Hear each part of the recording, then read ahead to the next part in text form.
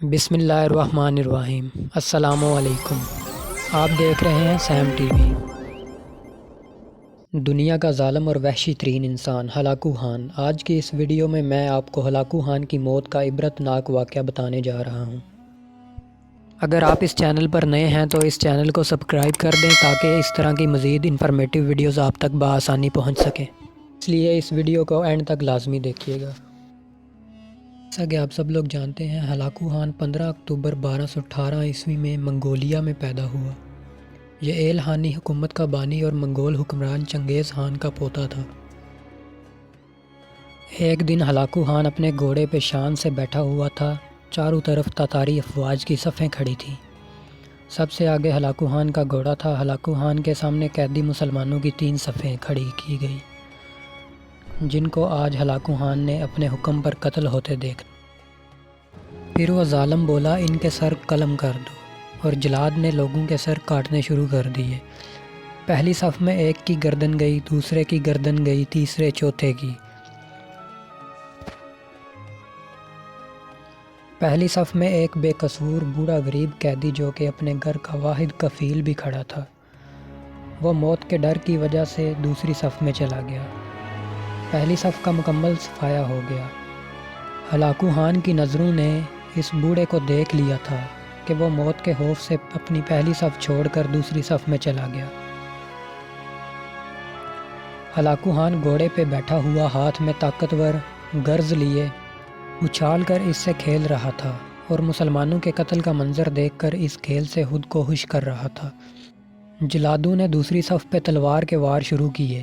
گردنیں آن کی آن میں گرنے لگی۔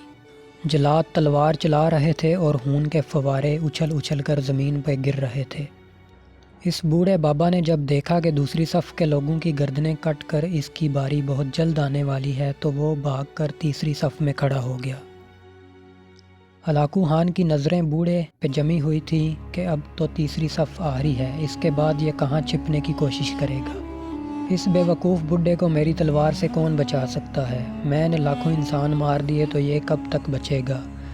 تیسری صف پہ جلادوں کی تلواریں بجلی بن کر گر رہی تھیں۔ ہلاکو خان کی نظریں مسلسل اس بوڑھے پہ تھیں کہ کیسے وہ بے چین ہو کر موت کی وجہ سے بے قرار ہے۔ تیسری صف کے انسانوں کی گردنیں گر رہی تھیں۔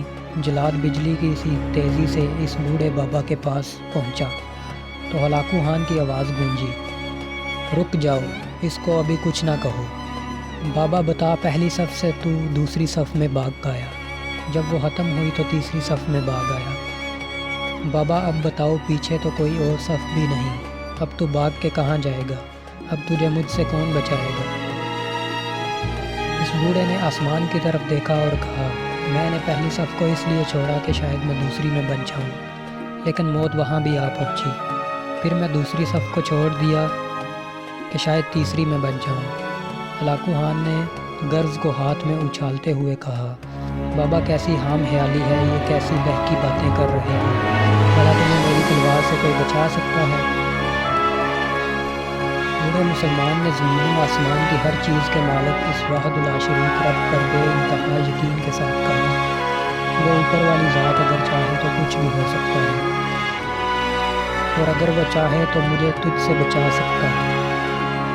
کیسے بچا سکتا ہے؟ ہلاکو خان نے اتنے تکبر میں آ کر کہا کہ اس کے ہاتھ سے گرز گر پڑا۔ ہلاکو خان چابک دست، ہوشیار جنگجو اور چلاک انسان تھا۔ ہلاکو خان گھوڑے کے اوپر بیٹھے بیٹھے گرے ہوئے گرز کو اٹھانے کے لیے خود کو جھکایا کہ زمین پہ گرنے سے پہلے وہ اسے ہوا میں ہی پکڑے۔ اسی کوشش میں ہلاکو خان کا پاؤں رکاب سے نکلا اور وہ اپنے گھوڑے سے نیچے آ پڑا، جبکہ دوسرا پاؤں رکاب میں ہی پھنس کر رہ گیا۔ ہلاکو خان کا گھوڑا اتنا ڈر گیا کہ بھاگ نکلا۔ ہلاکو خان نے خود کو بچانے کی بڑی کوشش کی، لشکر بھی حرکت میں آ گیا، لیکن گھوڑا اتنا طاقتور تھا کہ کسی کے قابو میں نہ آیا۔ وہ ہلاکو خان کو پتھروں میں گھسیٹ گھسیٹ کر بھاگتا رہا، یہاں تک کہ ہلاکو کا سر پتھروں سے پٹک پٹک کر اس قدر لہو لہان ہو گیا کہ اس کی روح چند ہی منٹوں میں اپنے اس تکبر بڑے وجود کو چھوڑ کر جہنم رسید ہو گئی۔ لشکر نے جب بے انتہا کوششوں کے بعد ہلاکو خان کے طاقتور گھوڑے کو قابو کر لیا تو اس وقت تک اس کا سر برے طریقے سے کچلا جا چکا تھا۔ ہلاکو کا لشکر اس بوڑھے بزرگ سے اتنا خوفزدہ ہو گیا کہ لشکر نے اس کو جان بوجھ کر نظر انداز کر دیا، اور وہ بابا بڑے آرام و سکون سے پیدل ہی اپنے گھر کی طرف چل پڑا۔ مظلوم کی آہ سے ڈرو، کیونکہ جب وہ اللہ سے رجوع کرتا ہے تو قبولیت بہت دور سے اس کا استقبال کرتی ہے۔ اللہ اکبر۔